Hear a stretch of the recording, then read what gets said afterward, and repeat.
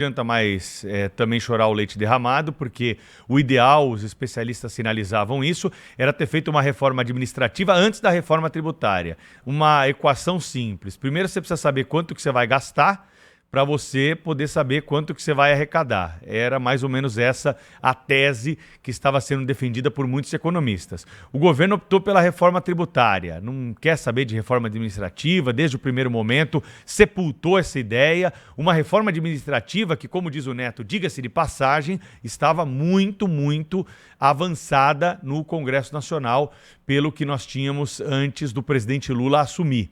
Na última legislatura, anterior a essa que estamos agora, nós tivemos avanços importantes na discussão da reforma administrativa, o que poderia sinalizar um momento propício para aprofundamento dessas teses e trazermos aí uma reforma do Estado brasileiro, tornando, os processos mais simples, enxugando mesmo a máquina pública. Mas isso não foi feito. Agora nós temos uma reforma tributária que está sendo desenhada, não temos clareza ainda de onde vamos chegar, é uma reforma que vai entrar em vigor ao longo do tempo, não é uma reforma para hoje, ou seja, tem muita gente com dúvida, sobre o que pode acontecer. E nós temos aqui para conversar conosco sobre esse assunto um dos grandes economistas do Brasil, ex-presidente do IBGE, ex-presidente do BNDES, economista Paulo Rabelo de Castro, está conosco nessa manhã para trazer as suas impressões sobre aquilo que está sendo divulgado até agora dos projetos complementares da reforma tributária. Professor Paulo, seja bem-vindo. Eu e o Cláudio falávamos sobre essa alíquota alta, hein? 27% é um valor que tem que ser trabalhado para ser reduzido aí, porque senão vai prejudicar a vida econômica de muitos setores da economia brasileira. Bom dia para o senhor. Bom dia para você, para o Cláudio e para todos os milhares de, quem sabe milhões que nos ouvem através do Sistema Band e nos acompanham. Uma oportunidade muito boa de estar com vocês aqui. Eu, como economista, você me citou como um bom economista, tenho um pouco de vergonha do encaminhamento dessa reforma tributária, pela qual tanto lutei, várias vezes aqui apresentei algumas ideias, vocês me deram um palanque para defender uma verdadeira simplificação. O que está acontecendo, Pedro e Cláudio, é que não há simplificação. Nós estamos, inclusive, ameaçados de começar a ter uma maior complicação e uma oneração de setores que, inclusive, hoje já tinham um tratamento um pouco mais compatível com as características do Brasil. E que características são essas? São as de um país onde ainda existem níveis de carência nutricional bastante elevadas, convivendo com problemas de obesidade também, que são crescentes, e temos também uma característica da qual hoje em dia nos orgulhamos, que viemos a nos tornar um celeiro do mundo. Portanto, aqui não falta comida. Pode faltar comida quando falta renda, mas não por falta de uma diversidade alimentar muito grande. E aí o que aconteceu? A reforma tributária, nesse ponto, acertou. A Emenda Constitucional 132, no seu artigo 8º, ela criou uma revolução no Brasil que a gente tem que aqui propagandear. Ela estabeleceu que a cesta do brasileiro, vejam bem, ela ainda continua chamando lá no artigo 8º de cesta básica, mas na realidade o melhor seria ter usado o termo cesta universal, porque é uma cesta que não discrimina absolutamente qualquer alimento, senão por a sua adequabilidade nutricional, ou seja, é adequado, vamos assim, falando em termos bem populares, é natureba, é bom de se consumir sem restrição, é uma banana, é uma laranja, é um bife, é mesmo até uma comida mais sofisticada, que muitos dizem como um camarão, só rico come, mas não é verdade. Meio Brasil, em toda a costa brasileira, e as pessoas, inclusive, que do ponto de vista de renda estão na parte de baixo da pirâmide de renda, comem camarão, até mesmo lagosta. Então, o que fez o artigo 8º? Ele estabeleceu que a cesta básica, livre de tributos, olha só que coisa generosa, ela, desde que seja um alimento nutricionalmente adequado e que represente também a diversidade regional e cultural do país, porque aí nós estamos falando de certas frutas regionais, estamos falando da erva mate no sul e por aí afora. Ou seja, a lista é ampla. E nós, como na Grã-Bretanha, é bom lembrar que no Reino Unido existe uma isenção universal para alimentos também, e é um país totalmente avançado e rico, ele podia até botar 3, 4, 5% de tributo sobre os alimentos, é zero. Então, o Brasil fez uma revolução, pois esses caras agora, nessa regulamentação, resolveram transformar essa cesta generosa, universal, numa cesta minguada, numa cesta egoísta e além do mais, racista, discriminatória. Por quê? Porque ela voltou a ser o antigo prato feito do trabalhador, que tinha sua razão de ser lá nos anos 30, quando esse conceito de cesta do trabalhador, o prato básico para recompor a energia de um trabalhador, quando agora nós estamos falando de uma cesta para todos os brasileiros. É para mim, é para o Cláudio Humberto, é para o Pedro Campos, é para o sujeito muito rico, é para o sujeito muito pobre, e sem cashback. Esse cashback é uma manipulação política clara, inventar mais uma maneira de discriminar entre brasileiros que recebem mesada do governo versus aqueles que são obrigados a pagar a conta amarga do tributo. Doutor Paulo, muito bom dia, é uma honra, é um prazer imenso ouvir palavras tão ponderadas e tão sábias sobre esse assunto, que lança luz sobre questões que são bastante, enfim, escurecidas, né, pelas especificidades próprias de um projeto de reforma tributária. É sempre uma coisa muito complicada e ter alguém como o senhor que lance luz sobre isso é muito importante para todos nós. E eu queria exatamente saber do senhor essa questão. Nós entrevistamos aqui, ao longo da discussão de reforma tributária, elaboração do projeto, vários senhores jurando de pés juntos aqui, Bernardo Api, tudo quanto é deputado, senador, quem quer que tenha se envolvido na elaboração desse projeto ou se responsabilizado por ele, juraram de pés juntos que não haveria aumento de impostos. Que é exatamente o que houve, né? O senhor, inclusive, apresentou na época, na ocasião, um estudo muito aprofundado, mostrando exatamente os setores que mais seriam penalizados. Houve alguma mudança daquela lista que o senhor elaborou, aquele estudo? Houve alguma mudança para melhor ou só piorou? Eu acho que, em bom português, só piorou. Porque essa reforma tributária do consumo, ela já nasce torta por um detalhe que você falou rapidamente, eu volto agora a sublinhar para que quem nos acompanha entenda direitinho. Reforma tributária tem que ser sobre o conjunto dos impostos, senão fica uma história de cobertor curto. Eu quero cobrir a cabeça, então meus pés ficam à mostra, vem o Aedes aegypti, me pica e eu pego dengue. Ou seja, nós temos que fazer uma reforma tributária, teríamos que ter feito uma reforma ampla, pensando na relação também dos impostos de consumo, que são vários, com o imposto de renda, separar isso, o imposto de renda virar um imposto federal, e o tributo sobre consumo, que a gente costuma chamar de IVA, eles já conseguiram fazer essa monstruosidade de um tributo de duas cabeças, IBS e CBS. Se nós tivéssemos feito a separação do que arrecada o governo federal, do que arrecada o nível federativo, ou seja, os estados e os municípios, ficaria o IVA para os estados e municípios, talvez com uma pequena contribuição passiva para o governo federal, no caso, para completar o recurso da Previdência, e o governo federal teria a exclusividade da taxação sobre a renda, onde aí sim, né, Cláudio Humberto, a gente diz que deveria discriminar e realmente taxar mais quem pode mais contribuir, são as pessoas de maior posse. Não, o que estamos fazendo? Nós continuamos sendo um país que quer tributar violentamente o consumo.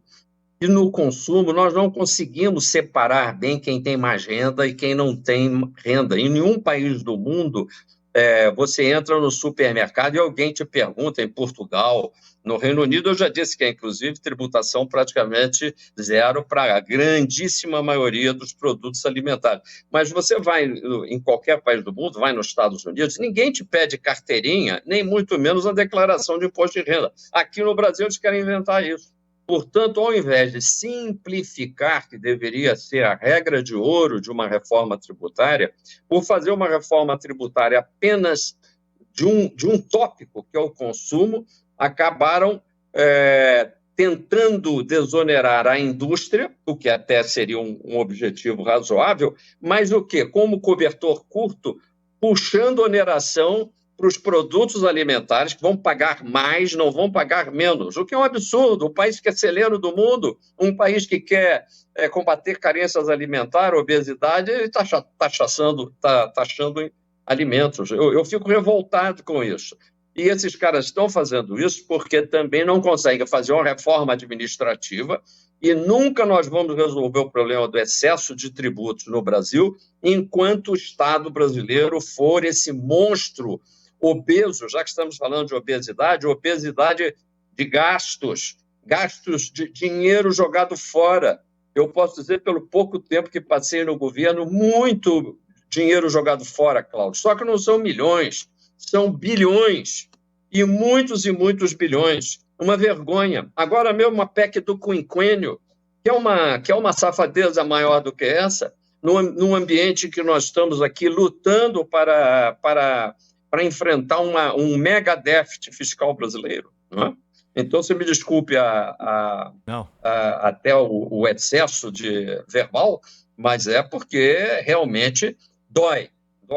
E como alguns economistas, outro dia tinha um colega aí reclamando que passei mais de 30 anos da minha vida buscando a racionalidade econômica para o Brasil, estou chegando à terceira idade, sou um idoso e vejo o Brasil na mesma situação. Uma vergonha. Realmente a gente tem que protestar. E estamos num ponto, viu, Cláudio, em que a gente precisa de uma revisão constitucional. Nós temos que parar e botar esse Congresso. Agora vamos reescrever, porque essa Constituição, com essas 360 páginas só da reforma dita tributária, isso já passou de ser um almanaque. Professor, então, só uma questão aqui, para não perder a oportunidade. Uhum. O Cláudio tem mais uma pergunta também, estamos chegando aí no tempo já da nossa entrevista, mas esse imposto do pecado, né? Foi incluído lá cigarro, bebida, tem outras questões. Mas veículo foi incluído como um imposto do pecado. Ter carro é um pecado, professor Paulo Rabelo?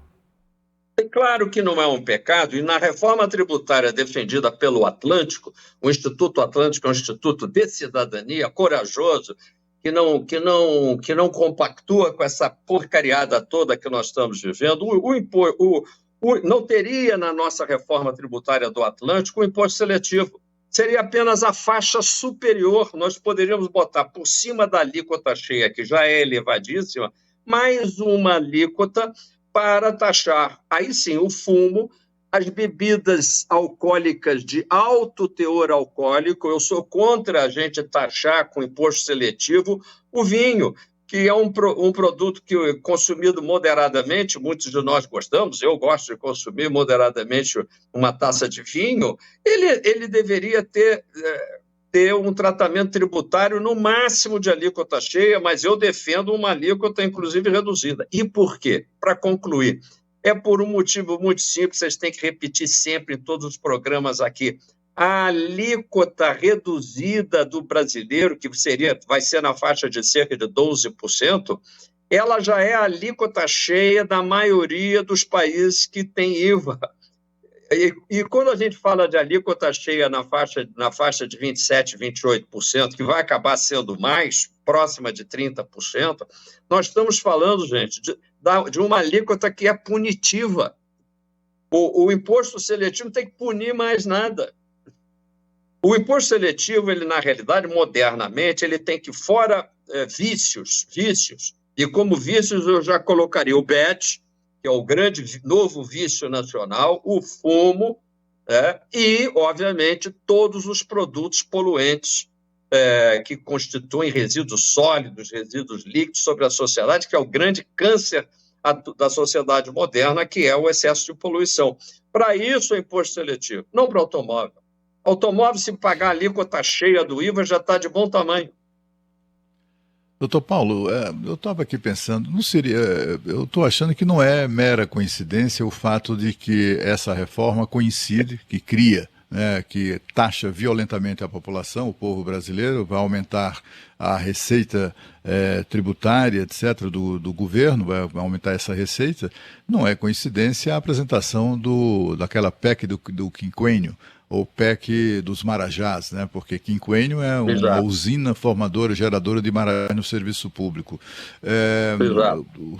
É isso, quer dizer, o governo não só quer gastar, como o presidente do Senado, os deputados e senadores começaram a ter ideias, né, de como gastar essa montanha de dinheiro. O senhor vê que é apenas coincidência ou não? Já é a turma agindo para gastar o dinheiro por conta?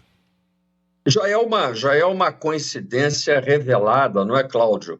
Nós não querendo fazer uma análise política mais aprofundada, nós vivemos hoje escravizados por um mecanismo de participação de uma fatia menor da sociedade em privilégios. E esses privilégios estão localizados em Brasília e nos arredores dos poderes públicos, das capitais do país. E o resto do Brasil inteiro, inclusive os supostos beneficiários de Bolsa Família, etc. e tal, quando eles recebem esses caraminguais de volta, e agora esse famigerado cashback, isso é uma vergonha, uma safadeza, essas esmolas que esse governo, principalmente com a tendência distributivista, que tem, em vez de distribuir oportunidades de emprego, comida acessível sem tributo, educação e educação básica, não é? E distribuir mais uma coisa importantíssima, moral e exemplo, que eles não dão. Exemplo de frugalidade, exemplo de respeito ao dinheiro público, exemplo de não ficar gastando os tubos para ir passear por todos os lugares do mundo, inventando moda quando não traz nenhum acordo de volta, nenhum acordo comercial, só para passear. E isso vão se somando os milhões e os bilhões, os quinquênios, que formam aquilo que os sociólogos têm chamado de um sistema. Nós temos um sistema que nos escraviza e depois chamamos isso de Estado democrático de direito. Por isso é que eu falo numa revisão constitucional. Nós temos que chamar uma constituinte revisora nesse país, temos que enfrentar a realidade de realmente nos inspirar nos pais da democracia americana, que lá resolveram se revoltar contra o império, que era o Império Britânico no caso, que os escravizava. Não, agora aqui é uma democracia real e aqui o povo vai ter real oportunidade de se expressar. Desculpe também, de novo, a ênfase, mas é que nós estamos atingindo uma situação limite. E essa regulamentação infeliz da reforma tributária é uma regulamentação que precisava ser recolhida e jogada na lata do lixo. Professor Paulo Rabelo de Castro, ex-presidente do BNDES, do IBGE, muito obrigado aqui pela sua participação. Só a título de informação, antes de a gente encerrar aqui por completo a conexão com o senhor, o nosso ouvinte Edivalmir diz que tem filhos que moram no estado da Geórgia, nos Estados Unidos. Só para efeito de comparação, impostos por lá, incidentes sobre alimentos, 0. Qualquer alimento não tem cobrança de imposto. Combustível e material de limpeza, 6,5%. O que não é alimento e nem material de limpeza, 6%. Isso é o que nós temos lá no estado da Geórgia, segundo o nosso ouvinte, que tem filhos que moram por lá. Professor, obrigado pela conversa. E nenhum mais tributo, não tem seletivo, não tem nada, entendeu? É por isso que as pessoas querem se mudar para os Estados Unidos. Mas aqui eu quero dizer para todos os brasileiros e brasileiras que nos ouvem, isto aqui podia ser um segundo Estados Unidos. Gente, estão nos tapeando. Eu passei mais de 40 anos da minha vida chamando a atenção e nós continuamos jogando as nossas oportunidades fora, o nosso crescimento. Mais de metade dos estados brasileiros tem mais pessoas assistidas do que pessoas com carteira assinada. Isto é uma vergonha, é uma palhaçada para um Brasil que merecia ter brasileiros e brasileiras que vão trabalhar e recebem o seu sustento através do suor do seu rosto e através da inteligência e do seu preparo educacional. Obrigado, doutor Paulo. Um abraço para o senhor. Até uma próxima. Um abraço, Cláudio. Um abraço, Pedro. Abraço, professor. São 8h44 da manhã. Na sequência, no Jornal Gente, tem mais notícias. Tem denúncia chegando do Sul